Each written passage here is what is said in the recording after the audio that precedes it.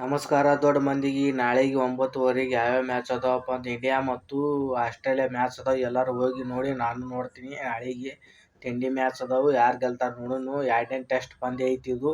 Opening player Rohit Sharma ಮತ್ತು ಜೈಸ್ವಾಲ್ ಅವ್ರು ಬರ್ತಾರ. ಚೆನ್ನಾಗಿ ಆಡ್ಬೇಕು. ಅವರು 100 ಹೊಡಿತಾರ ನೋಡೋಣ.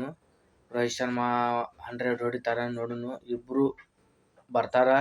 ಪಾರ್ಟ್ನರ್ಶಿಪ್ ಎಷ್ಟೆಷ್ಟು ಬರ್ತದ ನೋಡೋಣ. ಕ್ಯಾಂಡಿಡೇಟ್ 2 ರಚ್ಚಿಗೆದ್ದು ಅಂದ್ರೆ 100 ಹೊಡೆಯಂಗೆ ಕಾಣತ್ತಾರ ಈ ಕ್ಯಾಂಡಿಡೇಟ್. ಮ್ಯಾಚ್ ನೆಕ್ಸ್ಟ್ ಬ್ಯಾಟಿಂಗ್ ನಮ್ಮ ವಿರಾಟ್ ಕೊಹ್ಲಿ ಅವರು ಬರ್ತಾರ. ವಿರಾಟ್ ಕೊಹ್ಲಿ ಮೊನ್ನೆ ಮ್ಯಾಚ್ನಾಗ ಸೆಂಚುರಿ ಹೊಡೆದ್ರು. ಅವ್ರಿಗೆ ಗೊತ್ತೇ ಆಗಲಿಲ್ಲ ಸೆಂಚುರಿ ಹೊಡೆದಿನ ಅಂತ ಗೊತ್ತಾಗಲಿಲ್ಲ. ಆದ್ರೆ ಸರಿ ಅದೇ ಸೆಂಚುರಿ 2ನೇ ಟೆಸ್ಟ್ ಪಂದ್ಯ ಒಳಗೆ ಬರ್ಬೇಕು. ಹೊಡೆದಂದ್ರೆ ಭಾಳ ಖುಷಿ ಆಗುತ್ತೆ ನಮ್ಗೆ.